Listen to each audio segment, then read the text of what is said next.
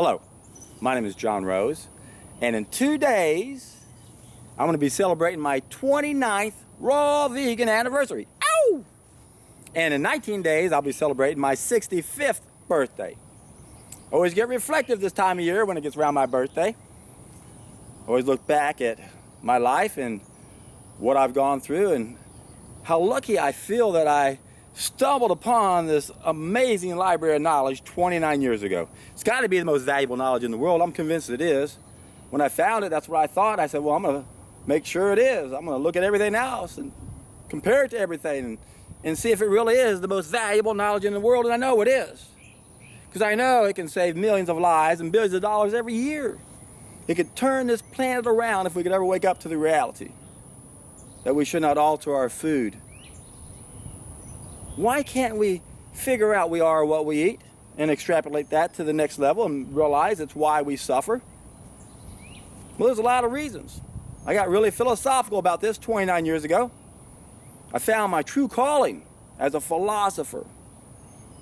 I was already told when I was 13 I was given a gift, but they never said that you're going to be a philosopher. You're going to use this gift to not just understand the world, but to offer a solution. And I've got a solution. I got a 3-step process that can turn this planet around based on this knowledge I found 29 years ago.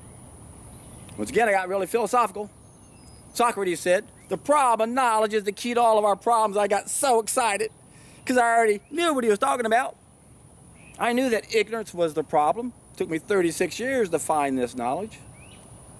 But also knew there was a reason why it took 36 years. And I had my own little list of problems of knowledge when I read Socrates. Problems of knowledge is the key to all of our problems. Yes, we are ignorant, but there are reasons why we're ignorant.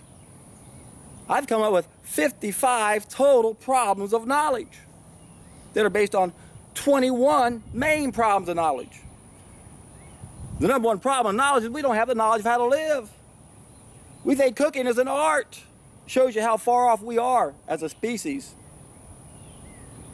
And of course, the number one reason why we can't find that knowledge is because we got false knowledge in its place. So there are 2 forms of ignorance that we don't know. And then we've got 19 main obstacles or 19 reasons why we don't know. 12 sources of false knowledge and 7 wellness factors. 2, 12, 7, 21 main problems of knowledge. But these problems strike more than once. They strike twice, sometimes 3 times. And some of those problems of knowledge have pieces within them. That's how I came up with 55 total problems of knowledge. I've given this a lot of thought in the last 3 decades. When you find the most valuable knowledge in the world, and you've been given this gift, and you're supposed to do this ever since you were brought up, this is what you do. So this is what I've been doing for the last 29 years. 2 years prior to that, I changed my diet. That means actually it's 4 years prior to that. It was 33 years ago when I changed my diet, but it took me 2 years before I finally decided to write a book on weight loss.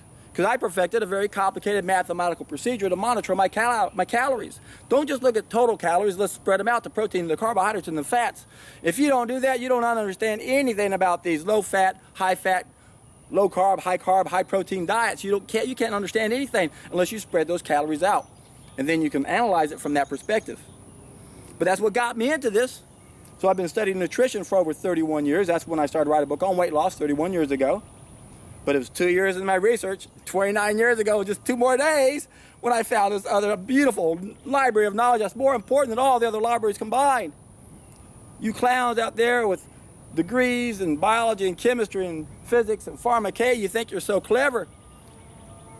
You're clueless if you don't understand the knowledge of how to live. It's the most valuable knowledge in the world. And again, there are a lot of reasons why we don't know. Remember, I had my own little list before I really started working on it, after Socrates said that. Top of my list was ignorance, but then I had opportunists, that's what I called them way back then. And right after that, addictions, denial. That's our problem right there. This is a hard sell because we love what we eat. We crave what we're made out of.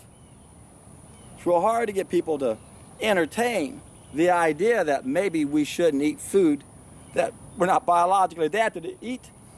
It just goes to show you how much of a state of denial we're in. when we got about a dozen anatomical characteristics that clearly show that we're not meant to eat animals, and yet you got all these fools following these ketogenic diets, eating all this animal protein and fat, thinking that we're designed, that's supposed to work. And it works when you include it with a no breakfast meal plan compared to what you were doing. And of course, some people were damaged. We can't even handle plant foods. There are things that give people problems. If you have changed your intestinal wall, you might not be able to eat your species-specific diet without having troubles in the beginning. There are a lot of reasons why we get pulled into the wrong diet. Most of it is our desires. That's what Schopenhauer meant. Reason is usually the servant to our desires. That means what we want matters more than anything else. Our taste buds are ruling our lives for most of us. That's where we are. It's a battle between our brains. That neocortex, the thinking part of it, and that reptilian brain that can get addicted to anything that's pleasurable. And it's not just those addictions. Remember, we crave what we're made out of. This is why so many people struggle. Why have I been successful with raw vegan for 29 years? Because I eventually built a different body that wasn't made out of burgers and beer. I didn't crave beef and brandy, as Emerson pointed out in his book. That's what happens with so many people. It's a hard cycle to break. That's why I always tell people, take a solid food vacation.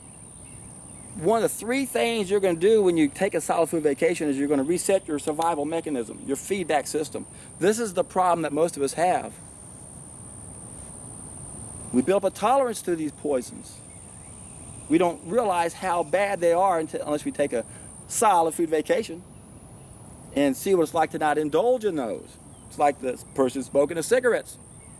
First puff they take, first time in their life, they coughing their head off. Next thing you know, they're smoking a couple packs a day and not coughing at all until a couple decades later, they start coughing again. Some blood and other things.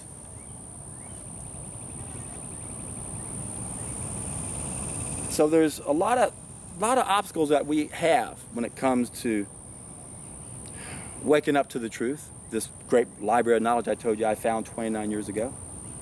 Out of those 55 problems of knowledge, there's only one of them that we should focus on. It's when I looked at our willingness factors. There's 7 main willingness factors. One of them is apathy. 7 ways we can be apathetic. And then when we look at the first way we can be apathetic, we're unwilling to admit we have an inaccurate belief system. We have 3 stages of knowledge, so we can be unwilling to admit we have false knowledge in the first stage. We can be unwilling to admit we're making mistakes in the second stage, and we can be unwilling to admit that most of our problems in the third stage of knowledge are self-inflicted.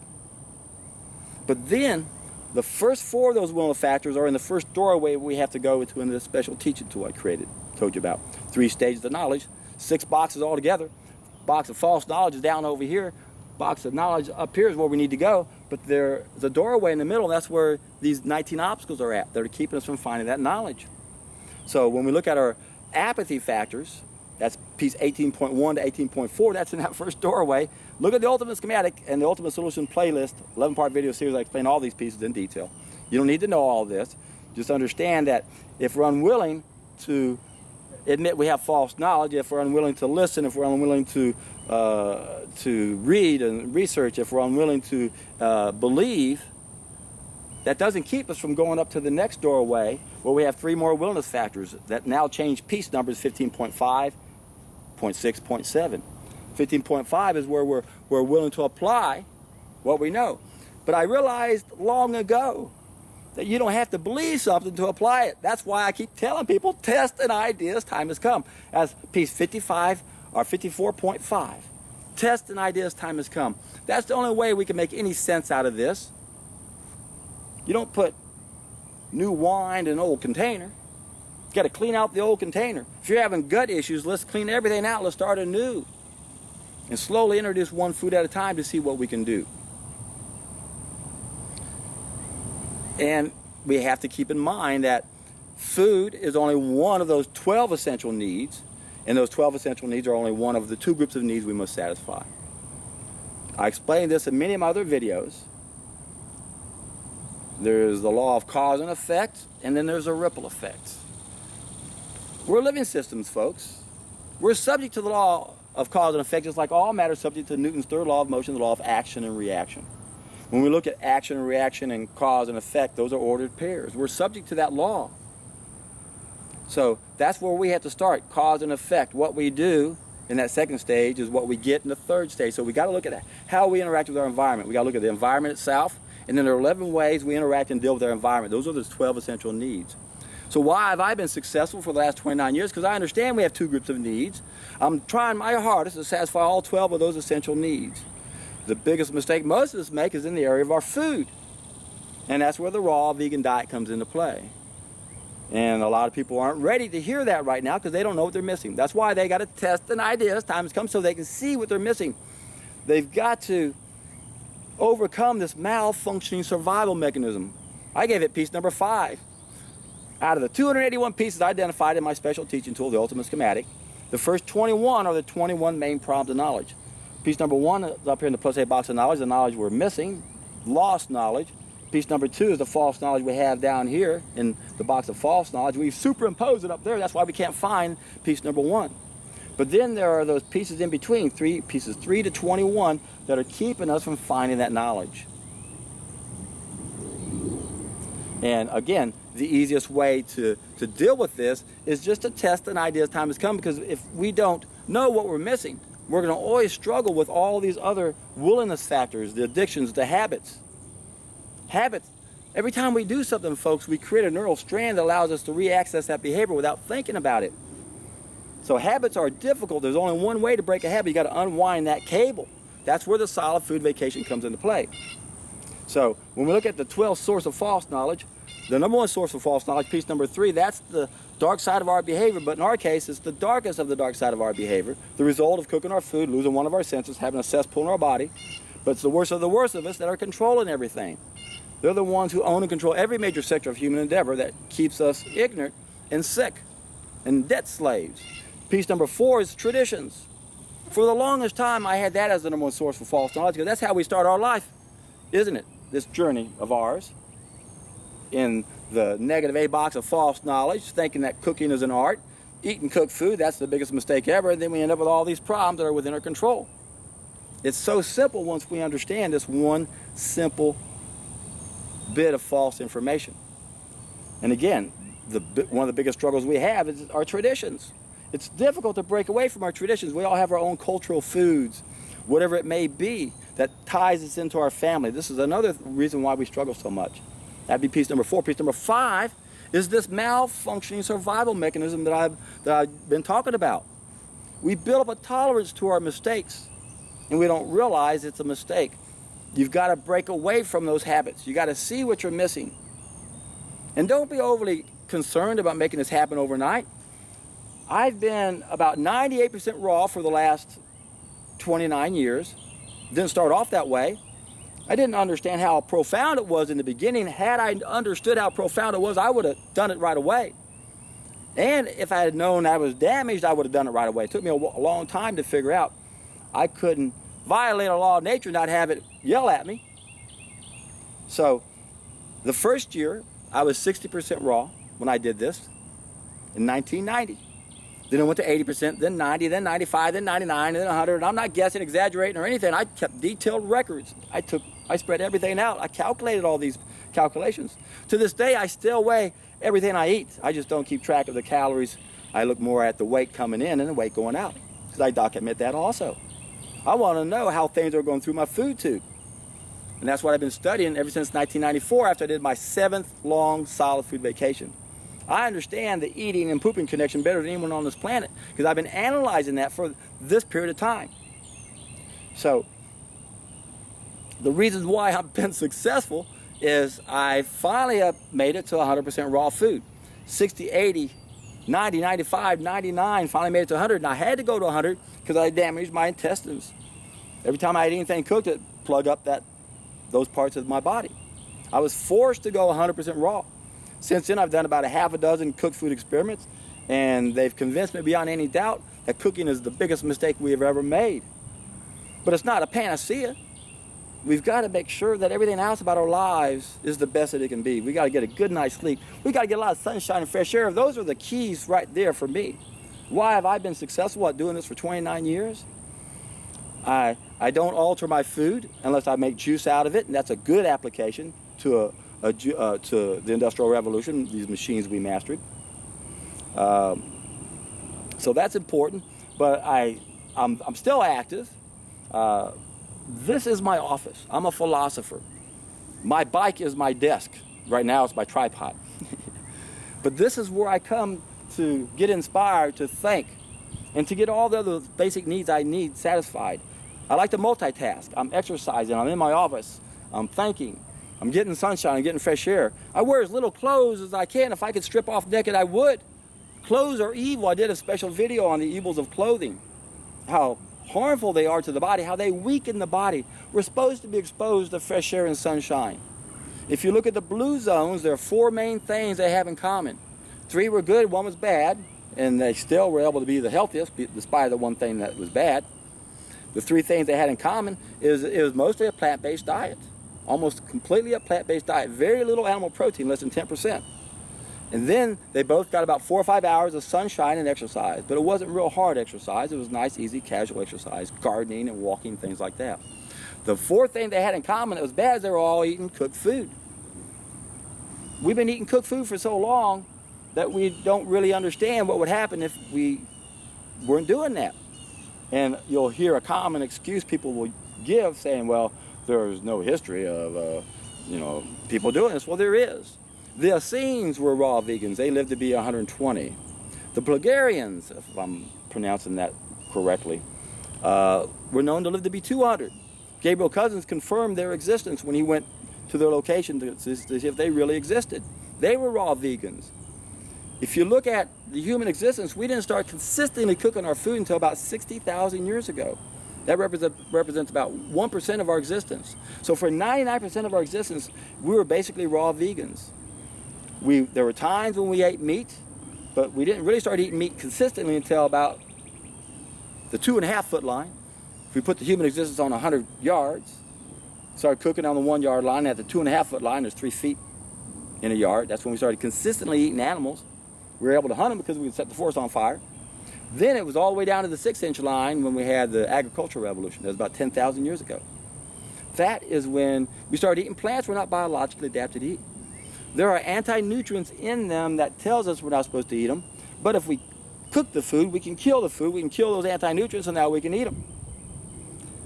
There's a lot of confusion around nutrition for a reason, folks. This whole planet revolves around our health, and our health revolves around nutrition. That's why there's so much confusion. And you guys are so easy to play with. All you got to do is say what you're doing is okay. Yeah, keep eating the animal, keep killing them. There's nothing wrong with killing the animal. God, we're so far removed from this cruel and sinful thing we do, we don't realize what we are doing.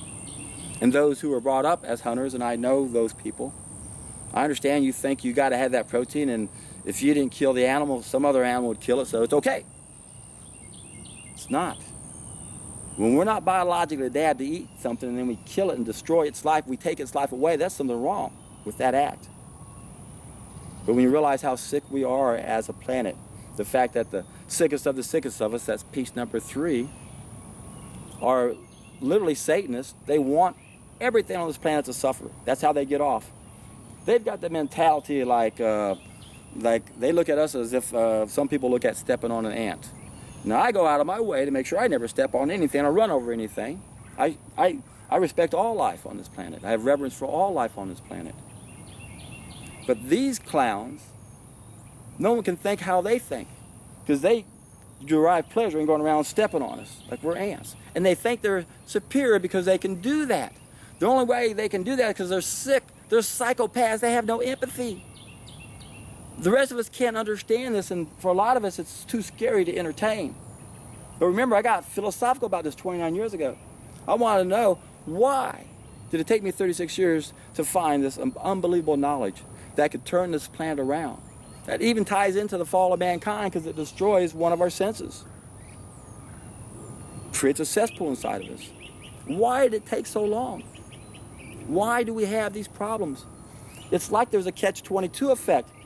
I've thought of this before. It's almost like cooked food is almost like crack cocaine is to a crackhead. The problem with that drug, one of the many problems, one of the worst problems, it destroys their frontal lobe so they can't make good decisions.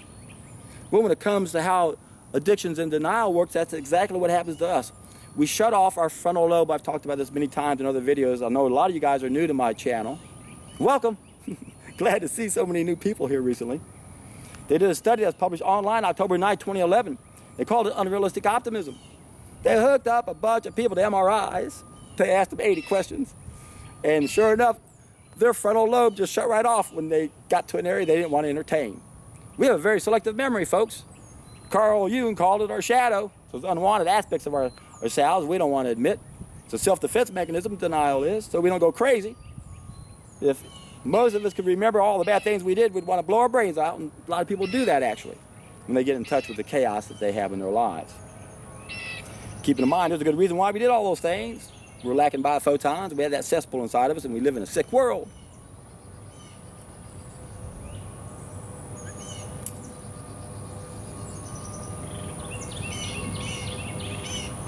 It's tough, isn't it? We're up against, society attacks early when we're helpless. To a large extent, we can blame society.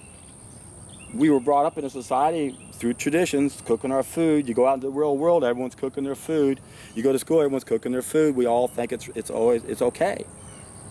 And it's not. We got to realize the role that each one of us plays when it comes to getting out of the hell we're in right now. And it's exciting to think that we could turn things around as little as one generation. All we have to do is not pass down our mistakes to our tradition, to our children. At piece number 4, our traditions. Best way to overcome piece number 3, the dark side of our behavior, is to not pass down piece number 4, our traditions, to our children. Now, to understand piece number 3 a little bit better for some of you newer people, subscribers, I did a video a while back called Escaping the Matrix of Evil, where I talked about 4 different allegories, and they all used the first 3 pieces to my special teaching tool. Those 4 allegories include the allegory of Plato's cave, the Matrix. All you guys that like the Matrix, the 3 pieces that I'm telling you about are reflected in this movie. Then there's a group called the 5 Percenters. I explain how they use the same 3 pieces. And then there's another allegory called Our Ship, Socrates Dances in Heaven. Please watch Escape the Matrix of Evil. I'll put a link down below.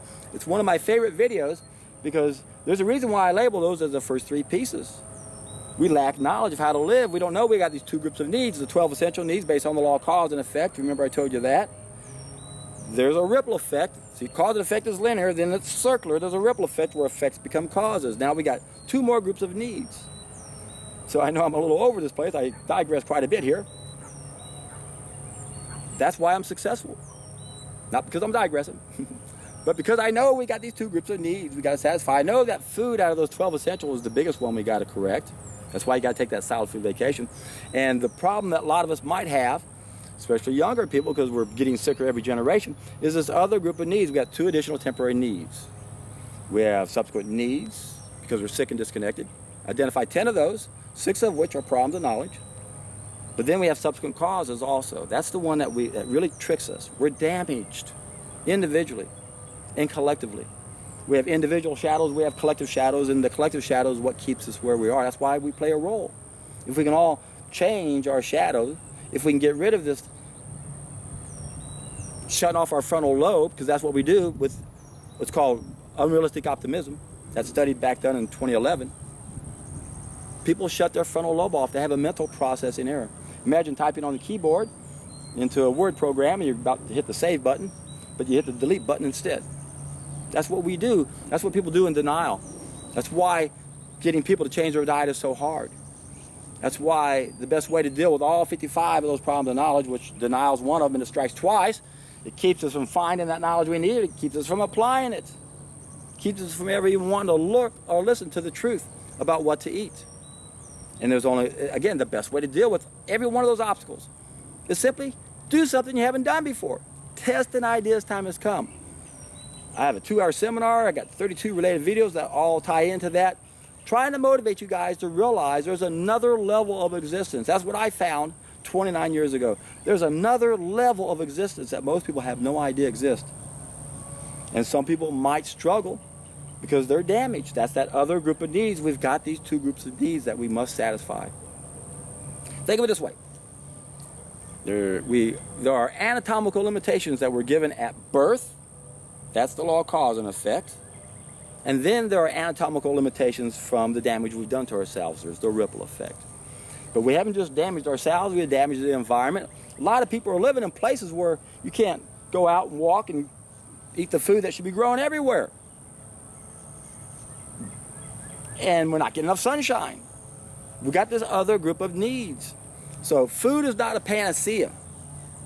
But yet, it was the one thing that totally transformed my life. Because I had no idea that there was another mistake more important than not eating the animals. So I made two major dietary changes in my life. 33 years ago, quit eating animals. 29 years ago, I stopped cooking food, reduced it drastically. And then, since I was about 90% raw the first 5 years and virtually 100% in the last 24 years, that puts me right around 98% raw vegan. Again, I'll be hitting 65 real soon. Every year I seem to manage to do something a little bit better. This last year, since my last birthday, I spent 2 months working my core, which I hadn't done in a long time. I did a video a while back on doing ab exercises, and I think I prepared maybe a month ahead of time. And I only spent a minute doing it, just lifting my legs to work this. It's an area I just haven't focused on. I get in the gym and I do the bench presses and the lat pulls. Just started doing some military presses recently, and even some curls, which I won't do much longer. And then for my lower body, I'm on my bike out here at my office. Remember, my bike is my desk. I come out here and I bike into the woods, try to get inspired to help come up with clever ways to wake you guys up and get you excited about doing this. So I've done those two things for my upper body and my lower body. But like I said, I've kind of neglected my core. But for about 2 months, I was spending 1 hour to 2 hours a day doing a bunch of core exercises. And now as a result, I really feel like I've connected my body in a way that's just blowing me away. When I'm walking along, I actually feel like I could jump up and twist and do 4 or 5 little twirls like the ice skaters do. I know I can't do that, but I finally focused on that last year, and here I am just now turning 65. Hadn't worked that area in a long time, but by doing that, it really gave me a whole new sense of how my body feels together. I've always had a nice spring in my step when I'm walking, but now there's something a little bit extra because I've been working and focused on that area for so long. Something else I did last year I really focused on a lot is I continued my stretching routine for quite some time, and I did a video about it a while back. But when I did that video, I was just in the very beginning of it, but I really extended that throughout the year. And I've been meaning to do another video explaining how to stretch every part of our body, explain all of the joints that we have, all the ranges of motion, because that's part of the secret to life. You got to move your body, folks. If you don't use it, you're going to lose it. If you don't go through every range of motion, you're not going to feel like a kid again. You're not going to be able to bounce around and do like what kids do. So that's the secret to my success. I got really lucky when I started playing competitive tennis. I really learned how the body works. I got into all components of fitness. I've remained active ever since. I understand that one of the most important things in life is to have purpose in your life, to have a mission, or a passion rather. And that is one of the most important things that has kept me going so strong. When you wake up every morning with passion, your whole life is different. Remember, attitude is the difference between an adventure and an ordeal. If you're not happy with your life right now, if it's becoming an ordeal, you got to change your attitude.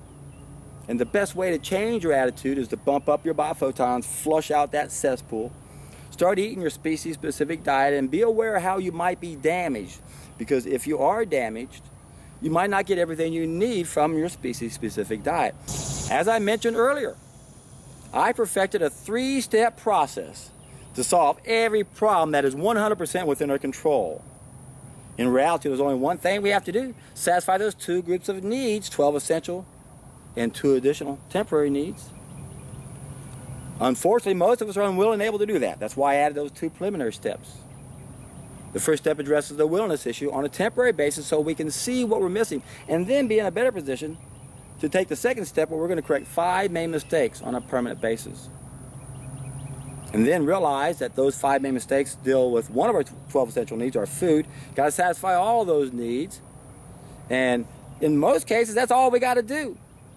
But for some of us, we might be damaged somehow, or we might be living in a place where we're not getting sunshine, or our intestines might be damaged. We might not be able to even process our species-specific diet. Remember, folks, every animal has a diet that's designed based on their anatomy. We're no different. It's amazing that people are in such a state of denial that they think that eating an animal somehow fits our anatomy, and it doesn't. And the only arguments you're going to see from people is they're going to attack the plants we're not biologically adapted to eat.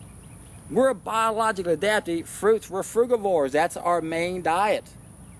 Things have changed, so now to make up for the difference of what it would have been a long time ago, we might have to eat a few more greens than normal. And that's it. Maybe a handful of nuts and seeds every now and then. It's simple. It's an easy way of living. It's convenient. I have not been sick one day in the last 30 years. Not one cold, not one flu, not one headache. And it's all because I've learned. What I know is the most valuable knowledge in the world. That's why they call this the hero's journey. Because most of our problems are self-inflicted, and that's the definition of a hero. A person who can solve a problem, or problems no one else can solve. So all we have to do to solve these problems, satisfy 2 groups of needs. Most of us aren't able to do it. Start off with a solid food vacation. Once you bump up those biophotons, flush out the cesspool, reset that survival mechanism, piece number 5, that's keeping us from realizing our own mistakes. That's when we can then correct those 5 mistakes again on a permanent basis. It's difficult for most people because they just don't know what they're missing. There is another level of existence that we can go to, physically, mentally, emotionally, communally, spiritually, if you will. Most people just don't know what it's there. So that's what my YouTube channel is all about, folks, is understanding that if we alter our food, the altered food is going to alter us. We're going to have problems. That's what the problem is for. It's part of our feedback system. But our feedback system's not functioning anymore. If you want to know more about all these details, I perfected a special teaching tool. I interconnected 2 quadrant systems, made a 6-box system. Every box logically connects. There's 18 connections or 18 portals. Identify 281 pieces. For some of y'all, you're going to go, I don't want to do that. Well, some of y'all are going to be drooling when you see this. Please check out my ultimate schematic. I have a playlist down there. I have several updates where I've updated this special teaching tool of mine. And I created it to help show the flaws in the systems that are in charge. It uses logic. In fact, there's 2 main requirements we need to use for logic. There's 2 criterion. I like to think of them as 2 tests we must pass if we're going to use logic when we explain something. First of all, there is the specifics. Not the specific, I'm sorry. There's the structure. Then there's the specifics, or the contents, the details. 2 tests. We always start with a simple test first, the structure test. And the structure test is reflected in my special teaching tool. 3 stages of knowledge, 2 ordered pairs, cause and effect, thoughts, actions, reactions. A, B, C, 1, 2, 3. 2 ordered pairs. What we have to understand is that there's 3 ways to screw up the law of cause and effect. Here's the cause, here's the effect. One is not have the knowledge of how to live. That precedes the law of cause and effect. The other is the ripple effect, what happens when we damage ourselves. Now we have to have knowledge of how to adapt. There's another way we screw up the law of cause and effect. The 3rd way we screw up the law of cause and effect is in between the cause and effect. That's where we put doctors. I label that piece 106. It's an illusion. It's a magic act. They interfere with the body's communication system, giving the illusion that we don't have the problem anymore. Remember, false knowledge, mistakes, and problems. You can still make the mistake, not have the problem, because we'll put the doctors here in the middle, give you drugs that interfere with the body's communication system. It's magic, voila. The body's not communicating to itself, so now the symptom doesn't manifest. It's an illusion, folks. That's the third way we screw up the law of cause and effect. So that was the purpose of my special teaching tool, is to identify what's known in Latin as mons potens, putting the cart before the horse for a problem within our control. When you look at our problems, they're either within our control 100% or outside our control. The ones that are within our control, that's what doctors are doing. They're trying to treat those symptoms. That's a magic act. Don't look at the effect if it's within your control. Don't put the cart before the horse. Cause and effect. That's what doctors are doing. Mons ponens. In Latin, they fail the first test, the structure test, called mons ponens. They're putting the cart before the horse for a problem within your control. If the problem's outside your control and you had an accident, then that's when you need to put the cart before the horse so the horse doesn't bleed to death. That's what allopathic medicine is good for. That's all they're good for. So that's why I created this special teaching tool, because we want to do what Sherlock Holmes did. We want to exclude the impossible. If we can show that conventional medicine already fails the structure test, we don't need to look at the contents or the specifics or the details. That's how we get lost in the details, don't you see? That's what the devil wants us to do, lost in the details. Doctors are going to come at you and try to say, look at my details, look, I did it perfect. But wait a second, you already failed this test over here. It's one of my piece numbers when we use the wrong approach. Don't go looking for logical fallacies in systems with an invalid structure. They got to pass both tests. Make this simple, exclude the impossible. If we can prove to ourselves that conventional medicine doesn't have the answers, then we're more open to look at alternatives. But this is where we get tricked, and I even gave it a name. And I saw it so often at one point, and I had thought of a clever name for it. I said, I got to come up with a name because I want to start labeling it. And I called it Rose's 1-2 Poppycocker. And the 1-2 is, one is the truth. Allopathic medicine is incompetent. And number 2 is, I've got the answer. And here comes all those other protocols that are part of the art of healing. Science deals with the law of cause and effect. The art has to do with the damage. And there are a lot of protocols we can use that qualify as part of the art. But that's how they screw up the law of cause and effect. 3 ways to screw it up. One is you don't have the knowledge of how to live. And the problem is they all think they have knowledge of how to live. They think it's okay to eat food they're not biologically adapted to eat and alter it by cooking it. It's insane. If you don't understand the raw food, cooked food perspective, you'll never make any sense out of anything on this planet. Anything profound that's trying to explain why we got problems and what's going on.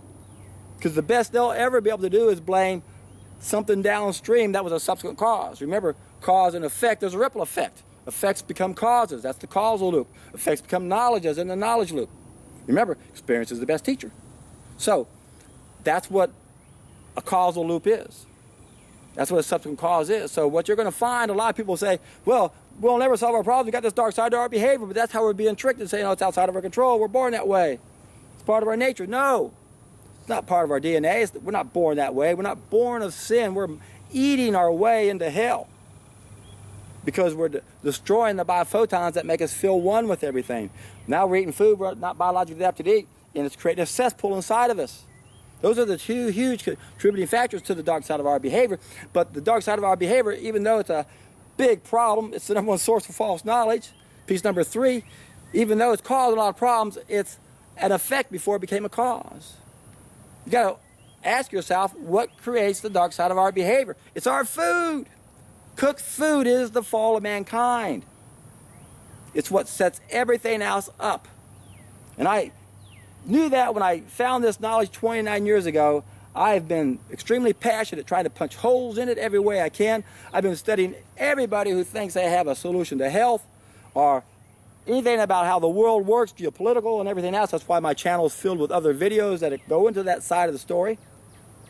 And I'm convinced without any question in my mind that when you look at the fall of mankind, I can identify it with more than 1 piece number, but the only piece number we need to understand is what's happening in the action stage, that second stage of knowledge.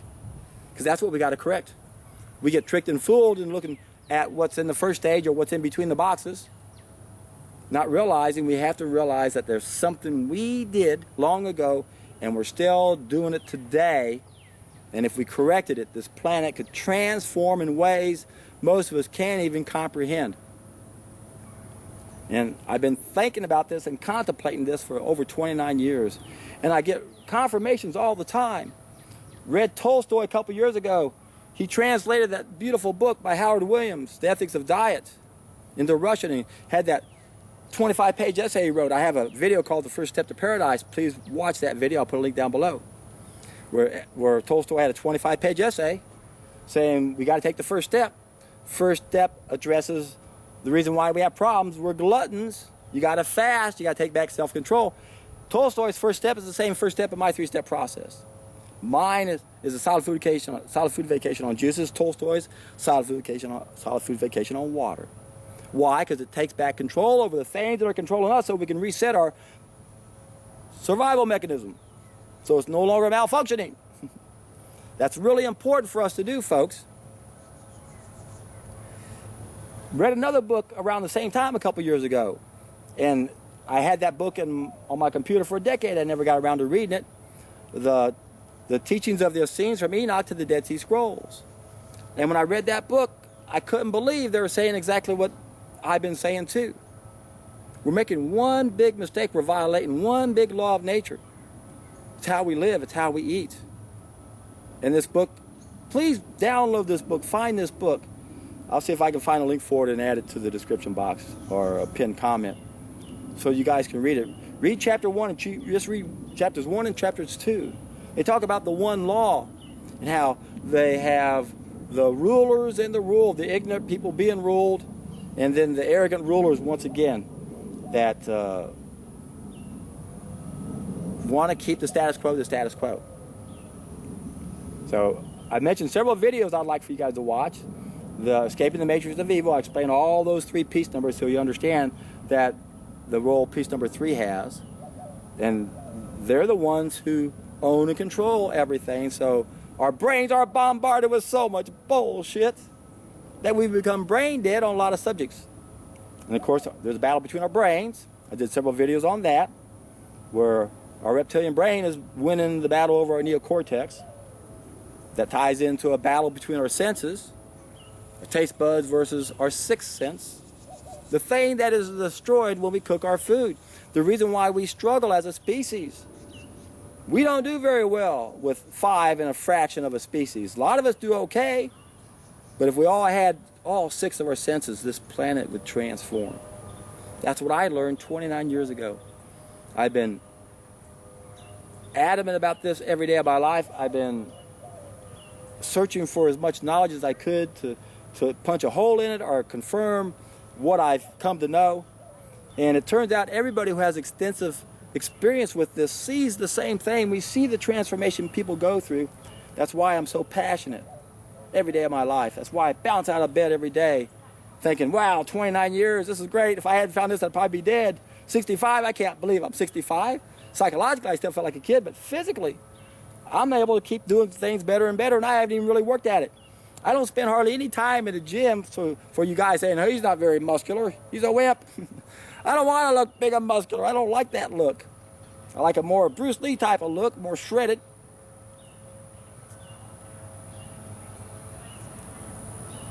And I'm not going to say that.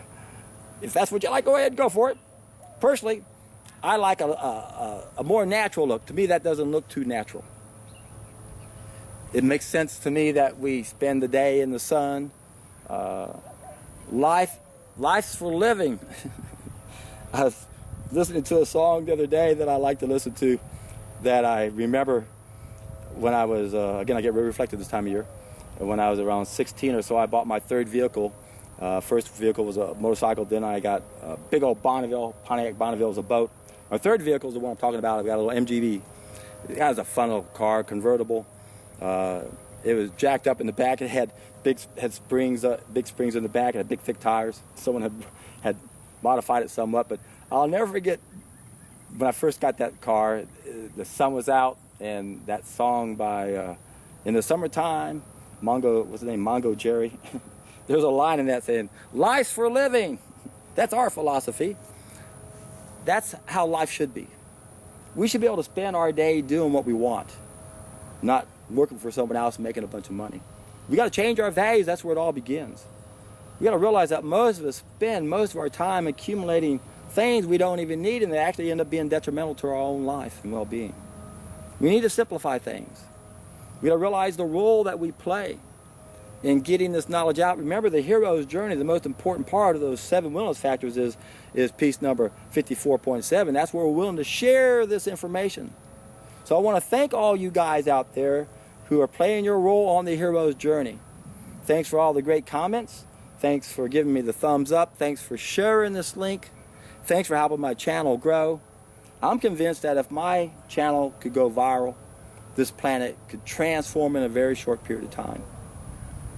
And it's a very simple concept. Think about it. Once you understand you're all one with everyone, once you take a solid food vacation, you realize, wow, look what this did to me. I wish everybody could go through that. Then it starts to make sense. Don't you want everyone around you to be the best that they can be?